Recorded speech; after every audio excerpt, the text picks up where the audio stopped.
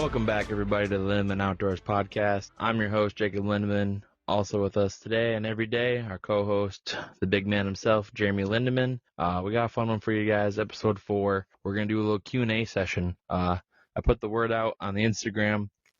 I had about a pretty good number of you, write in. So we're going to have a little fun and we'll answer your questions. And then we're going to do 2 posts this week. So we'll have this fun Q&A session. Then we'll do our fishing report as well, since we went fishing again last weekend and caught more fish. So anything to add? I was waiting for my moment to jump in. I can cut out what we need to. No, I think we should leave that part in there because that'll be hilarious. Uncut. Yeah, it's you were talking about podcasts we're going to do, and I was like, geez, we could almost do 3 because of all the stuff we got going on, or 4 this week. So yeah, we'll see how it works out. I am heading out to fish the Devil's Lake fishing tournament at the end of this week. So I hate to gamble, but I need the money. So you know how that goes. Yeah. Well, yeah, the fishing's been hot, but hey, let's get to these questions from our loyal listeners. I appreciate all 15 of you out there. You are the best. There could be 30, there could be 60, there could be 0. We don't know. Could be, you know what? We could maybe secretly have like 10,000 people just in Australia listen to this podcast thinking like, wow, these dudes are awesome.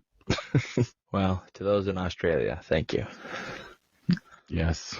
Well, thank you to our brothers from down under.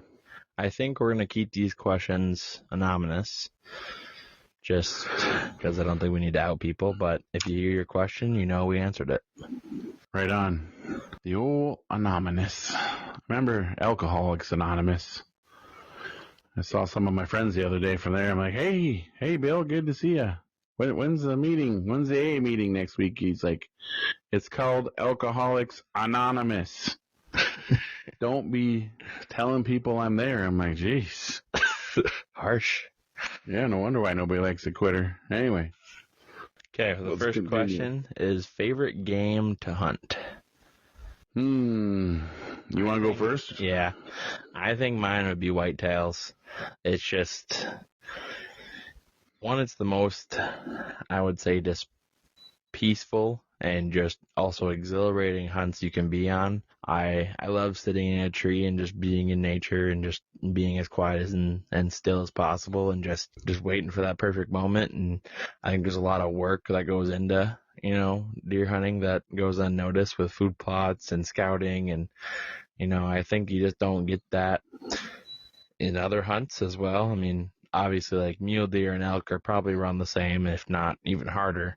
But something about just those big, deep wood bucks that are just really fun to hunt. Yeah, that's for sure. I mean, whitetails are, every one of them's different. This was what's nice about them. It's, it's not the same. People think, oh, you hunt deer, it's the same every year. It's not. It's always different.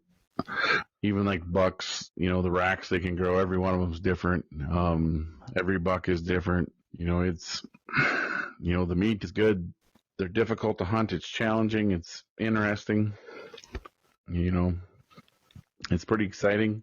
If we're just talking, what animals we like to hunt ourselves that we are hunting currently, I would have to say that for me, it's turkeys. I love turkey hunting more than anything else. It's the calling, it's the, them answering back, the decoying, the scouting, just like you talked about, just being out there when the sun's coming up, taking your friends and family out.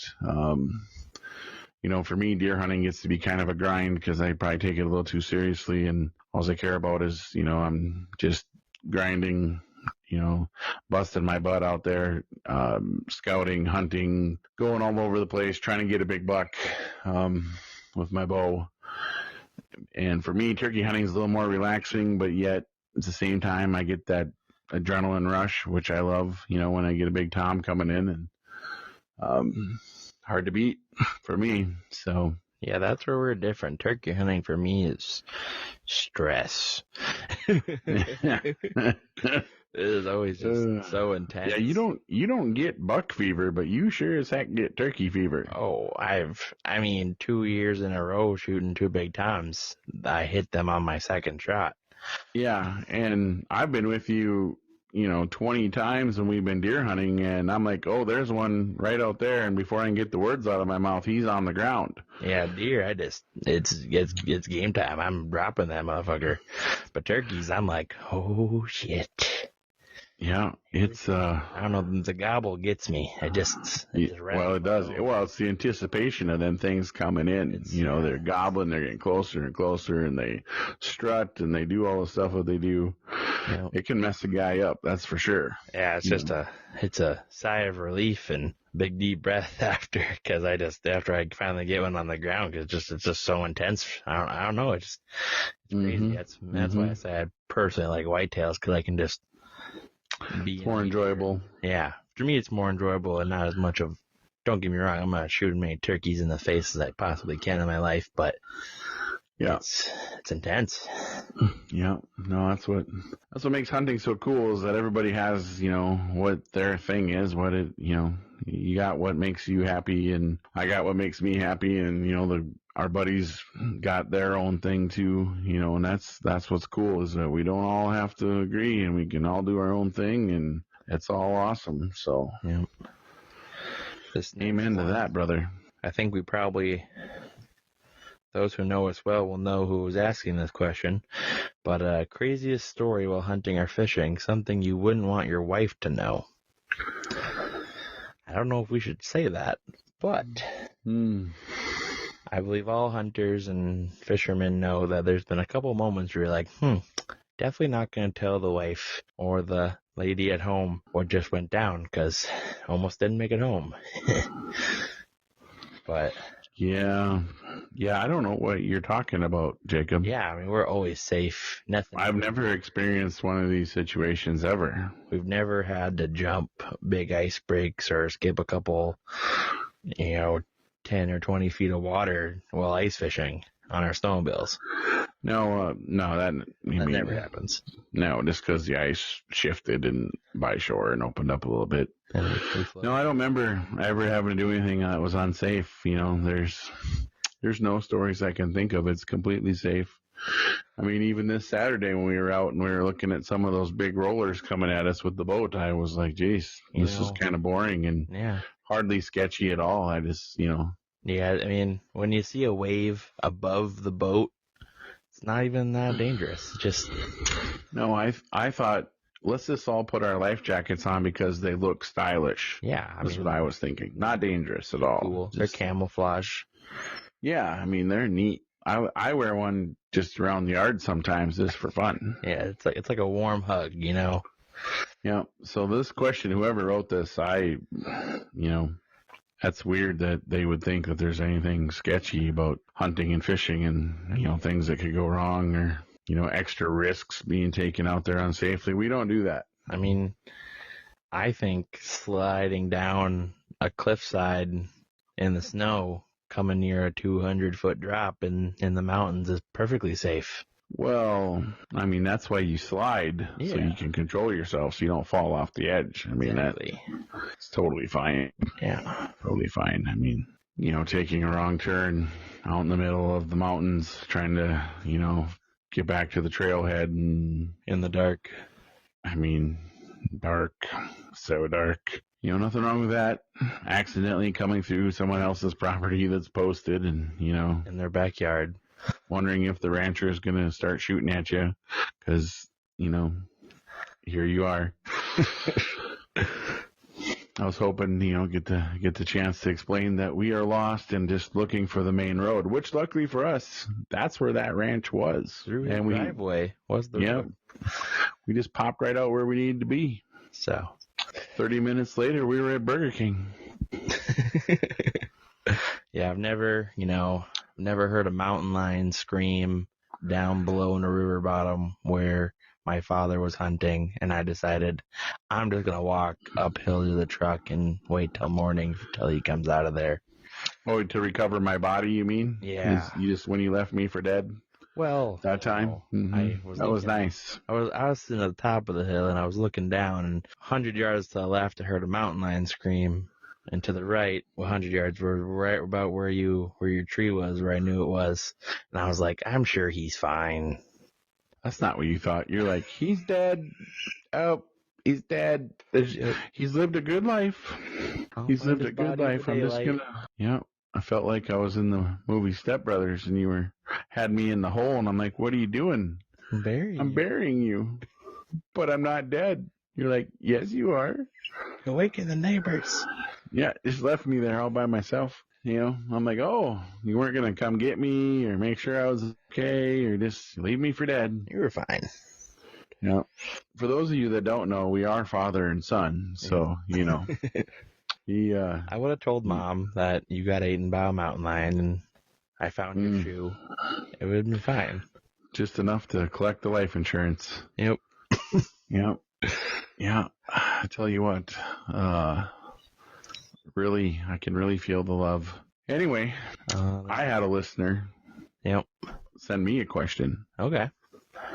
Their question was, how long do you think we could make it on the show alone?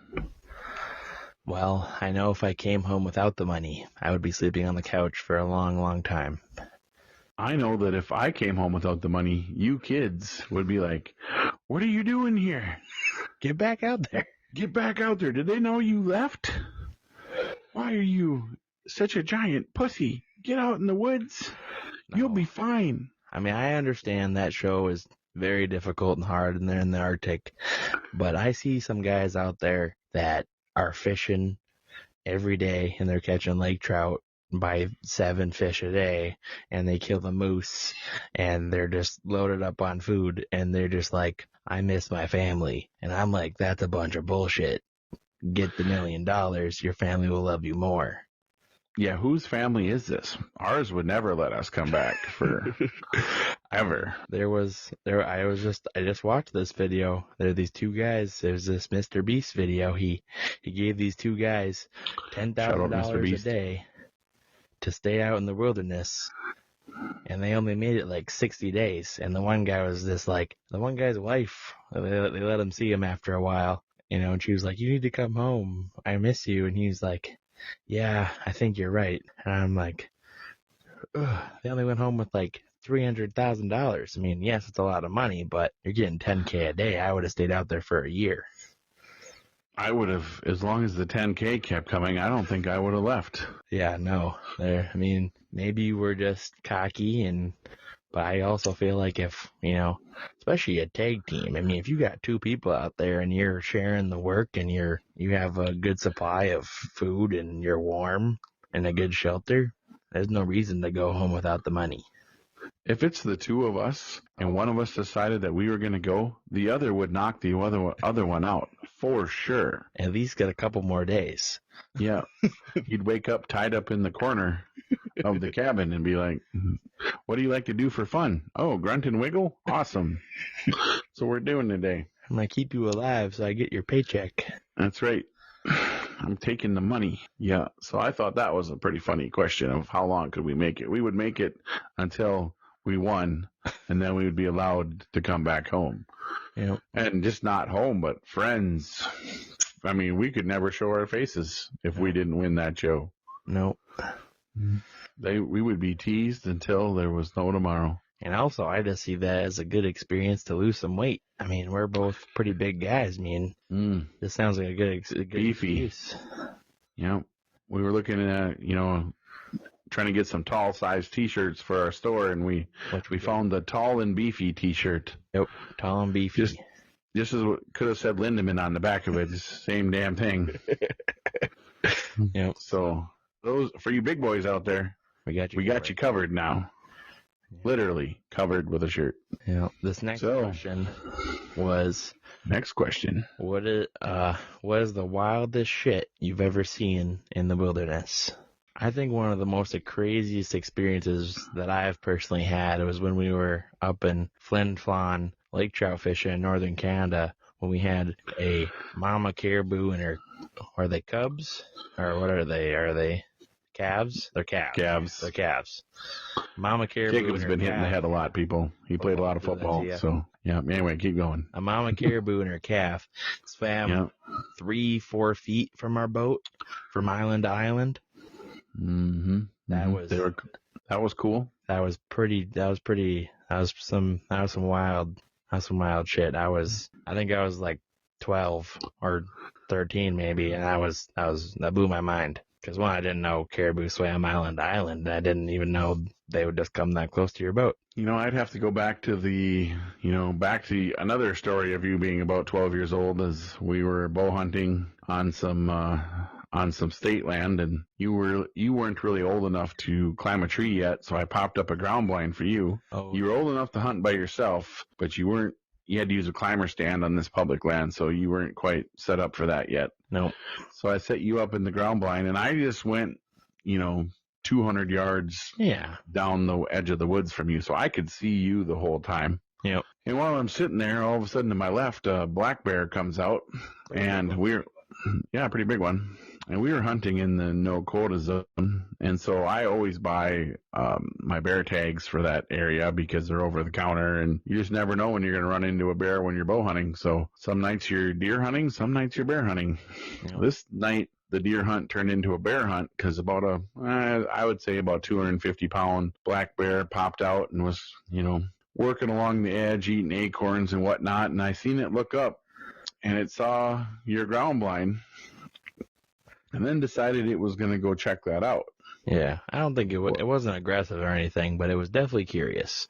Definitely curious. And my little 12-year-old self would have shit his pants. That is a fact. If a bear poked his head into my ground blind window. So when that bear came by and he got about 30 yards broadside from me, I decided to send an arrow through him to put him down to avoid any. You just never know. Knowing you had snacks in that blind. Of course I had snacks in that blind. Are you kidding me? So he would have, he was going to jump in there with you. So I was like, well, tag in hand, this is a, opportunity. And plus, I had to put my superhero dad hat on, and shout out to, we just had Father's Day last weekend. So shout out to all you dads out there. But anyway, I made a nice shot on that bear, and he ran back in the woods, and, he expired back there. So, but crisis averted. So yeah, for me, that was probably the wildest thing. I mean, we've had a lot of you've seen a lot of stuff, a lot of crazy stuff, but that's probably one of the craziest. Yeah, definitely. I mean, probably a lot of bow hunters know this one, but like when what type of hawk is it that they hunt the grouse, or they? Oh, those. I call them a grouse hawk, but those woods hawks that about take you out of the damn tree stand. They'll just fly right at you until they see you finally, and then they fan out right in 2 feet. I think they see your eyes blink or your finger move a little bit when you're all camoed up, and they think you're a squirrel or something, and they get pretty close. Really close. Yeah, those always scare I hate them things. Yep. I did feed an eagle a crappie one time near Nestor Falls. That was pretty cool. That was cool. I'm not sure if that's legal or not, but we shouldn't talk about that. But it wasn't our fault because we were fishing crappies and we had them on the ice, and then the eagle just kind of came down and took them. That is true. I definitely did not throw one in the air, and he definitely did not catch it. No. I mean, why would they even do that? I mean, that's crazy. Why would a person even just do that for fun, just to see if they would do it, and, be like, well, we didn't do this, but if we did, we thought, well, let's share one with the eagle. What would that hurt? That was what a proper American would do in foreign soil. While in Canada. As long as you say America and pledge allegiance, I think it's fine. But anyway. I think it's good. Carry on. Next question. This one I'll say who it is because he wants to know. My buddy Eric, he's always hunted, but not just hunted his grandpa's land, and he wants to know like what makes a spot good and what makes a spot bad. Like he's just used to hunting over a cornfield, which that's perfectly great. But he wants to know like what are good signs that tell you a good spot is good for hunting deer. I mean, one is like sign, just seeing deer there a lot, and tracks and deer shit. I mean, that's a good sign as well, but also just I feel like there are certain biomes that deer live in and certain biomes they don't. Big word. So let's talk about, so it's situational, right? Depending upon where you are, what the terrain of the land looks like. There's farmland, there's the big woods, there's out west, there's, river bottoms, there's all kinds of stuff. Like you talked about looking for sign. I mean, that's a big, a deer is going to move through a piece of land a certain way. And usually, like if you sit back and you just scout for a little while, you'll see where the deer come out all the time. Like, the deer will have a certain trail that they like, and you may not be able to tell it, but it may be a spot where there's just a little dip in the land. There could be the way the woods lays out, just kind of funneling that deer, to that spot. It's easy for him to move out to the field to feed and then get back into cover there. The wind could be in his favor. Just kind of pay attention to stuff like that, and you'll see that, deer like to use this area, this trail or whatever, and that's a good way to kind of set up and decide where to be. I mean, scout almost more than you hunt. You can always scout and hunt at the same time, but scouting pays big time. Yeah. I think just like deer need 3 things. They need food, shelter, and water. So 4 things. 4 things? Need to get a little action in the fall to make some more babies. They need some does. If you find the does, you'll find the bucks. Well, especially if you're rifle hunting in November. Yep. So if all of a sudden you're on a field edge that's got some crops out there that the does are coming out to feed at night, that's a pretty good chance a buck's going to be following them. Yep. So you just want to get your wind right and get set back. Don't sit right up on where they're coming out. Sit back, especially the rifle. You can sit back 100 or 200 yards or so from that trail and, try to be camouflage. You're wearing blaze orange, but just try not to be out there in the middle where they can see you. Try to be tucked back with some break up behind you. Yep. Eric, you know what you're doing. You're in a good spot. I mean, you know that, so. Yeah. But, at the same time, when you go hunt somewhere else, you got to hunt them where they are. I had a good friend of mine. He had a old saying that sounds very simple, but it's so true. And it's, in order to kill a big buck, you have to hunt where a big buck lives. The same thing goes with deer. You got to figure out where they live, what they're eating, where they're sleeping, what they're doing. So learn your deer, learn your area, boots on the ground, find those trails, get on the downwind side and put your time in and you'll get one. Yep. This next question, this feller wants to know, so to find your future wife, what did you do? And he's laying out White Claws and gummy bears, but that doesn't seem to work. This question, geez. Did you tell this guy that this ain't that type of hunting show? I guess he wants to know. I mean, I'll be honest, I'm a fiance to a beautiful, beautiful woman, and hey, I'll give one tip is to find a South Dakota girl. Stay clear of East Minnesota. It ain't fun. If you're east of Bemidji, go west. Geez, that is true. There's some truth there. I'm going to plead the fifth on all of this. I know nothing. Hey, I know nothing. All I know is, if you got a nice boat. Yep. You get yourself a good boat, a good fishing boat with plenty of room up front. It seems to be those, they seem to attract as a nice partner, for you. I'm not gonna, say that, if you get a nice boat, you're gonna have girls knocking at your door. But you know what? You're probably gonna, be in a position to pick up a few more than you were before without your boat. So, I'd say the key is to get a nice boat and find one that knows how to fish. Yeah. You can find the daughter of a guide somewhere. Yep. That would be key. Or find a good fishing guide's daughter that, her dad has a nice boat. If you can't buy the boat of your own, that'd be the other way to go. I would say if you're a Western, feller, find just a rancher with a ton of land with a lot of good animals on there. See, sometimes you gotta look. That girl don't got to be that pretty. I say every 1,000 acres, she adds a point of hotness. And same thing goes for the girls. That guy don't have to be that good looking. If you're a good looking girl and you like to deer hunt, you find yourself a North Dakota 10. That's a dude who's a 2, but he's got 8 sections of land. They're out there. You're just gonna keep looking. In all seriousness, you find somebody that complements your strengths and strengthens your weaknesses, and wow, I think that's the best bet. Wise words, Jacob. Wise words. This is not a show for marital advice. We're a hunting and fishing show. We can tell you how to catch walleyes and shoot bucks, but whoever this is out there, you need to look other places for advice like this.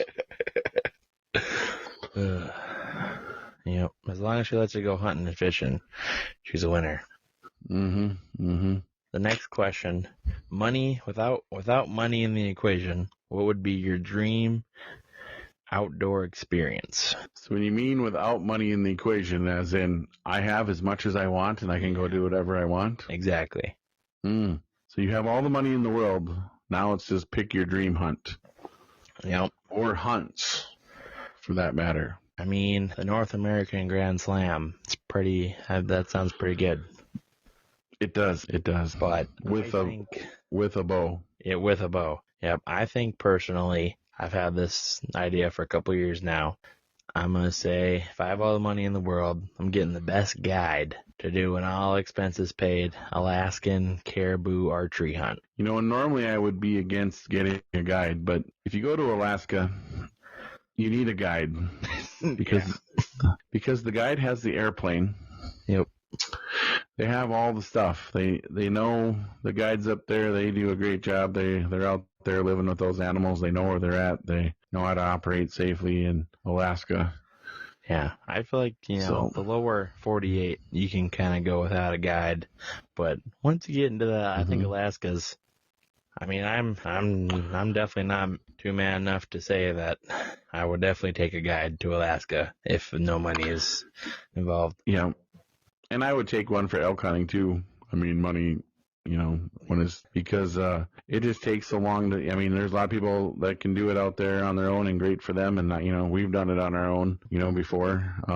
But, if I had the money, I wouldn't mind going to a nice private ranch. That's one of the things too, is that you're paying for, experience. You're not just paying for the animal, but you're paying for the experience. You're paying to get on the land.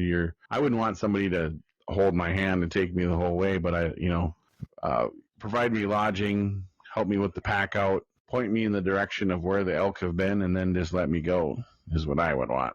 But yep. And it's the same thing I want with the caribou is take me to the caribou, I'll do the rest. Yeah. And it's good to hire a guide when you don't live in that state. Yeah. You spend so much time when you get out there just trying to find the animals, and a lot of times by the time you find them, it's almost time to go home again. So it's a huge advantage. This is controversial, so we're going to hear it from, and I hope we do. I want people to send in the comments why they don't like guides, why they like guides. Maybe we'll do a whole show on that one day. Yeah. But for me, I would have to go Yukon moose. And speaking of guides, if I got the money, I'm hiring Jim Shockey to be my guide. That would be, yeah. I'll take him for caribou too. Absolutely. You grew up watching his hunting show. That's all I did grow up is watch Jim Shockey Outdoor Adventures. Yeah. The same with me. That is a real special area up there in the Yukon, and all those mountain caribou and the Yukon moose and the grizzly. And money's no object. That's where I'm going. Yeah. And then plot twist. I probably even told you this yet, Jacob. Yeah. As I'm getting older, I now want to do Africa. Oh. Mm-hmm. Okay. Yeah. I don't need to do the Super 6 or the dangerous whatever, but I would love just to be put in a blind over there with my bow and, shoot a nice impala, a gemsbuck, a wildebeest, a warthog, just all those great classic archery animals, kudu. Those kudu. Nalgai, to me that would be super cool to do. just I would love to. I read Fred Bear's book, and he talks about some of his African hunting adventures over there, and that would just be super cool to do. Yep. So yeah, I feel like I wanna. I mean, I'm young, so maybe my mindset will change. But I feel like there's so much that North America has to offer that I wanna. Oh, for sure. I mean, if you could, the sheep hunts, if you could afford them. Oof, yeah, if I can. I mean, there's so much money now. You can climb up a mountain side. Yeah, there's so many big elk out there in the West, and all these hard to draw states. And I mean, as sketchy would be, I mean, Alaskan brown bear, that'd be pretty cool. For sure. I definitely want a guide on that one. At least somebody with a gun. Yep. No, it's there's so much to do out there. I think for fishing, I mean, I've never done this yet, but I know you have, but I would love to do an Alaskan salmon run. For sure. Yeah, that's someone should, if you got a bucket list, you should be adding that, because there's I burnt out a spinning reel, burnt the drag and the gears right out of it, just catching 1 20-pound, salmon after another. Yeah. And these were cohos. They were big cohos. It's just a shout out to my buddy Andy up there. Hopefully he's listening to this podcast, but I know he's always inviting us to come up there. It's just we got to find the time and get ourselves on a plane and get up there. But we'll do that one day. Yep. Before I'm dead. I get the whole deep sea fishing, but I just don't fuck with the ocean. Yeah. The you watch too many shark movies. That Shark Week ruined Jacob, everyone, from ever going to the ocean fishing. But I watch it. I would like to do some deep sea fishing. I'd love to go catch some big monsters of the deep. I'm scared of those fucking killer whales, because I know they're smart, and they'll see me and they go, "Yep, that guy's BMI is juicy." They definitely want a piece of me. I got a lot of junk in the trunk, and they're definitely taking a bite out of my ass. That's for sure happening. So, you all, you deep sea fishermen, I'll let you guys have that one. I'll stay in the lakes and the rivers. I understand Alaska, you gotta get pretty close to the ocean to do the salmon fishing, but upstream. Yeah, you're not free from predators up there though either, because the coastal brown bears are there eating salmon as well. So I understand that, but we're on an equal playing field. I don't think there's a megalodon. But I guarantee the one time I go in the ocean and a big wave knocks me off the boat, all of a sudden there's a megalodon. You think they still exist, Jacob? You think they're still out there? I mean, as a man of science, I'm going to say no. But as a man of just pure imagination and think it's cool as hell, definitely yes. Yeah, you don't know. I mean, that ocean's pretty deep. I mean, you can't. We've discovered more in our solar system that we have our own ocean. That's facts. I just don't fuck with the ocean. I mean, giant squid exist, and they are huge. They're bigger than whales. Yes. And whales are so big, you can swim through their aortic valves in their heart. You can walk right through it as a human being. I thought you were going to say another A word of an orifice when you started that. No. Interesting. You do that too. You just go right through. It's so big. Yeah. I've seen too many Instagram reels of a humpback or sperm whale coming up out of the water and landing on a fishing boat and just murdering everybody. I'm not going in the ocean. That reminds me, always wear your life preserver. This message brought to you by the Coast Guard. So the killer whales can find you faster. This next question is, what is your favorite wild game or fish recipe or it says game to eat? I want to take the courtesy of just saying a venison tenderloin from the buck or doe you killed that evening is the best meal you'll ever have in your life. Yeah, you get those tenderloins out and clean them up and slice them up and fry them up in some butter and just put them in some flour and some lollies and throw a little onion, maybe just a little bit of garlic in there with it. It's making my mouth water just talking about it. Nothing better. Dang, nothing better. It's a fact. Turkey's good. Fish is amazing. I've had elk it's amazing. It's probably the healthiest meat you can eat. But there's something about a whitetail tenderloin who's been eating corn, soybeans, and and just a big, it's got a thick layer of fat on them. Just a healthy. Honestly, sometimes a healthy doe just has the best tenderloin meat on the planet. I'm sorry you didn't say spike buck, because I can't get you to quit killing those things when they come by you. If you're a spike buck and you're listening to this somehow, if you're advanced enough, don't walk within bow range. You're getting dropped. It's your tag, but here's where we differ, And there's a lot of hunters out there. They're just like, I just want to fill my freezer. I'm just out there to shoot whatever deer comes by. And I'm like, hey, more power to you. And if you're one of those special select few, we have a shirt just for you. That's true. I forgot about the freezer filler shirt. Freezer filler, designed after my own hunting style. Yep. Called Eichler. He's the man he knows. If everyone in the hunting world knows Fred Eichler, and he's a man of filling the freezer. He does not let many bucks of any kind walk by him. Nope. Sometimes it's a big one. Sometimes it's a little one. He's a personal hero of mine. But I had one year when I was bow hunting in southwestern Minnesota.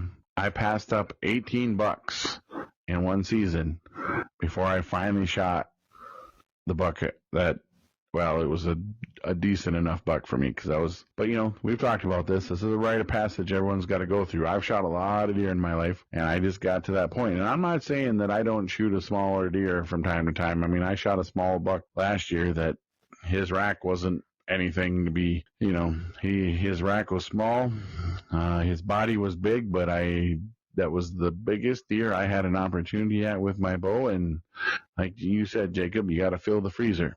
But there's also times that I would like to let them go so they can grow up. This buck had a scrubby rack that I shot that he just didn't have the genetics to grow into anything that I thought. Anyway, it's whatever you like to shoot. I'm all for you, Do you have a favorite besides tenderloin? Game recipe? Yeah. One that's surprising that I think many people don't understand. Well, maybe they do, but we do this when we do shoot a grouse. We don't grouse hunt that intensely, but we always, we'll go out for a couple especially during deer season in the midday, do a couple grouse rounds. Is you slice them up and you make grouse chicken strips. You just fry them like a chicken strip, and they are delightful. Tasty. I mean, I don't know many people who don't fry their grouse meat. I know some people, they bake them and stuff, but hey, grouse chicken strips, try them out. Yeah, they're pretty good. It's so seasonal for me. I mean, we roll through the seasons here. We're in fishing season now, so we've had a couple really good fish fries here lately. Yeah, I've enjoyed those a lot. Fish is so easy because you can cook it so many ways. You can pan fry it in butter. You can bake it. You can fry it up in some shore lunch. We've been rocking the beer batter lately. Oh, yeah. Easy to do. Plus, you can have a beer with it while you're cooking. Yeah, of course, you gotta finish the other half of beer that you don't use. That's right. So, it's a win-win, and then it makes a good fish fry as well. It's, so it's so tough for me. And then same thing, like you said, I mean, roll into fall. I mean, I love those first meals of, backstrap and tenderloins, and, even we'll take the heart out and fry that up. And if people have never had it, probably think that sounds kind of strange, but pretty good. You take that out and slice it up, and same thing, fry it up with some onions and garlic and butter. And I mean, if you mix that up with your backstraps, and I dare you to give a plate of just they look the same. I honestly sometimes I can't tell. Yep. So slice them up. It's just so good, and then getting some of those, he gets back and getting those fish out of, them cold ice fishing walleyes, they taste great. And, and then it's fun to make stuff out of your venison and, and all your deer meat and your turkey meat, making sausages. And, I mean, summer sausage for your lunch. And, Yep. It's just, so it's hard for me to pick a favorite. I guess I like the answer to that is just whatever's in season is, what I'm all about at that time, Right now I'm just digging the fish fries, so. Yeah, well, I think our last question that we'll end on is if you could have a hunting or fishing do-over, what would it be and why? And I think... A do-over. That's a good question. Yeah. Well, I'd have to decide which one of the $50 that I've missed I'd want to go back and have a crack at. I know exactly. I know. I'm going to talk about the buck tank. We were out western North Dakota, and we had this buck on show camera that was just, we called him Tank because he was just heavy. What was he, a natural, like 10 or 12? He was huge. But he was just a stud of a buck. And I was sitting in this pine tree, and I sat there for 5 or 6 hunts in a row, just knowing he'd come out there eventually. And he poked his head out behind this pine tree, and all I could see was his neck. He was covering his shoulder behind the tree. And I was shooting a muzzy, and he was like 15 yards. And all I needed him to do was take one step. And I regret to this day not sending a muzzy in X3 right through his neck and just spining him. But I know it's not the most great shot, but I know I'm pretty accurate, I'll say. And I know I could have just downed him right there, but I knew I wanted a hard shot or a double lung him because he was such a big buck. But if I had a do-over, I think I would have just nailed him. I mean, a muzzy, that's going to shower some bones. Yeah, that's a risky shot. I don't think, I don't know. It's easy to look back and say like, oh, I should have took that because you know what it can do, but at the same time, we would never take a shot like that. No, and there's a reason I didn't. I always take the highest percent shot, and there was a buck last fall that I had the same thing. All I could see was his neck, and he was even bigger, but I'm not going to take that shot. Do I wish I could have went back and perfectly severed his spinal cord and his, and just like dropped him right there at 15 yards? Yes, but in hindsight, I wouldn't have changed it. But maybe went and trimmed a few limbs. I think though, if I'm really being honest, was maybe not dumping my quiver when I only had a 60-yard pin at that giant velvet buck at 90 yards that I didn't even get close to because I only had a 60-yard pin at the time when I was 15 years old. Yeah, it's maybe could have sat still a little longer and see if he could have came in, but yeah, bow hunting, there's so many of those stories that shoulda, woulda, coulda, should have stayed a little longer, should have set up over here, Oh my gosh, I mean, should have been paying attention a little more, should have drew quicker, there's just too many. It's just part of hunting, sometimes the deer got to win too, I always say. Yeah. And I mean, there's that time ice fishing, I caught that big pike on Lake of the Woods that, were we using an 8-inch hole or? Yeah, we always use an 8-inch hole because the pike wouldn't fit through it. We had it vertical. It was long. It had to have been close to 50, definitely 45 or higher, but it was so fat. I mean, you had your arm, shoulder length down the hole. And you had and there was like 3 feet of ice too. Yeah, and you had it, and there's just nothing we could do. So we just had to, and you had too big of shoulders. Yep. And we've pulled some big ones through 8-inch holes. I mean, I've pulled all kinds of 40-inch pike through an 8-inch hole. We've pulled 30-inch walleyes up in Winnipeg, and it's harder for the fish to turn around in the hole if they come unhooked, and it's just I don't know, it's easier to drill holes. You got to worry as much about dropping stuff down there. Yeah. It's just never been I don't think you need a 10-inch auger personally. Yeah. I mean, obviously if I was going after lake trout, really big fish, I'd probably want to take, probably drill 3 10-inch holes in a clover leaf overlapping, so I had lots of room to fight one of those big monsters. But, that's another That's another dream outdoor experience of mine would be just to go giant lake trout ice fishing, which we could do, but just haven't done it yet. Yeah, we'll get that done here one of these days. It's hard to It's hard to leave you in gotta the woods. well, and you gotta bank that vacation, so you can't do everything. Yep. We're just a couple working guys still, so we're just like everybody else who's gotta pick and choose where they want to go and use their vacation wisely, and you still got to do stuff with the family, and so yeah, you got to balance that out. But no, it's such a fun lifestyle. Yeah, I mean, hunting and fishing, and there's so many woulda, coulda, shouldas, but that's what also makes them memorable. You you got to have stuff go wrong for it to be a good hunt. Yeah. And then it makes you, when everything finally comes together too, you just appreciate it so much more, and it's just makes it all worthwhile. So yeah, no, I don't think I would change anything, even though I wish I could. Yeah, no, it'd have been nice to know he was coming though, because maybe if you would have been, the problem was there was a doe, there was a little and a buck, tank buck, there was a little spike buck. Let's be honest here. I was looking at a spike buck to my right, because where I was sitting, there was two trails, and I was in a pine tree, and I could shoot two directions. And I was sitting, looking at this spike buck, just thinking, I should shoot this spike buck.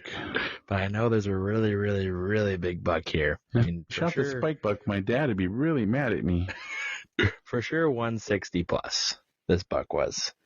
Oh, for sure. Every day. Mm-hmm. Probably 170 something, but he was huge. He was pushing that booner status. Yep.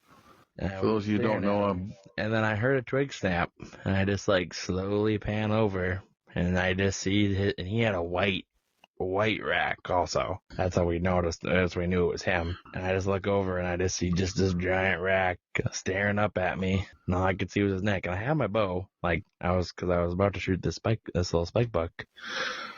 I was, so I was like, I just need him to look away and take a step, and I could draw and whack this guy. But,